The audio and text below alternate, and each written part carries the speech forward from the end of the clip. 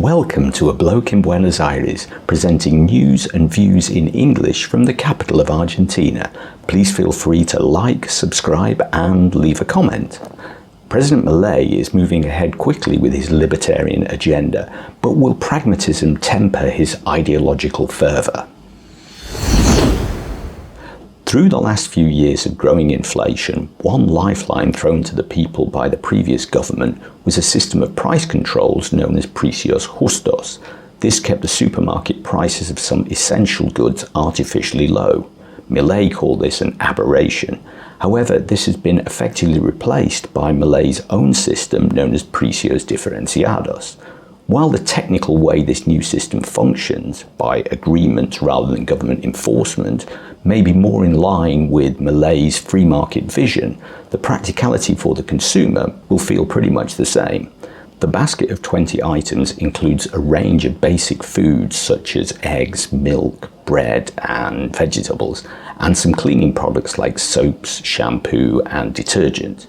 Precios diferenciados is intended to last for just 60 days.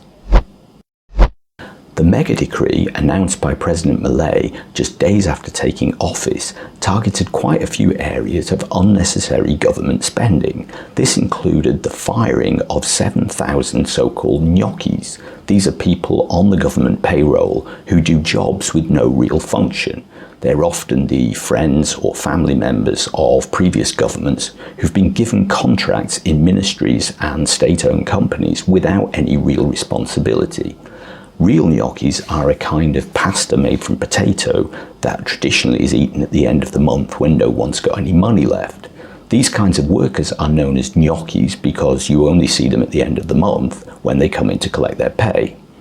It's been suggested by the unions that firing 7,000 low-level administrative workers is not really going to save the government very much money and will be pushing a whole load of families into poverty. These firings or non-renewal of contracts will come into force on the 1st of January, so Merry Christmas to the Ñoquis. Wednesday saw another protest march and non-confrontation between the security forces and the piqueteros. There was an attempt to block traffic around the obelisk, but this was swiftly dealt with by the heavy police presence, who far outnumbered the demonstrators. A handful of arrests were made and a policeman was hit by a bus. Later in the evening, a more spontaneous gathering of protesters occurred outside the Congress building.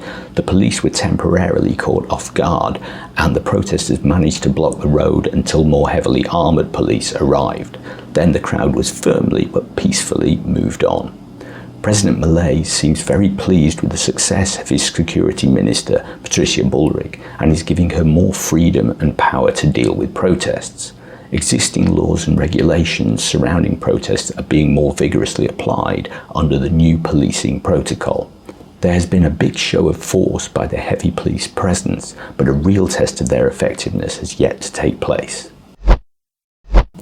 Among the many articles announced in the government's mega decree on Wednesday were a number of items deregulating the banking sector. The decree was signed by members of President Milei's cabinet, including Foreign Minister Diana Mondino.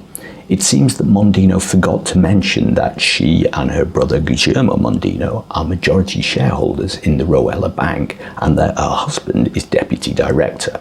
Whilst there is no suggestion that the bank will benefit in any way from articles contained in the mega decree, it might have been more transparent for Mondino to declare a potential conflict of interest before signing the decree. These are some of the highlights of the news in Buenos Aires over the last few days, a selection of interesting and important things that caught my eye. Please let me know what you think about these and any other recent topics in the comments below. Thank you for watching this video. I hope you liked it. If you did, please like, subscribe and leave a comment. And if you want to see more videos like this, just go to the channel page. But until next time, adios.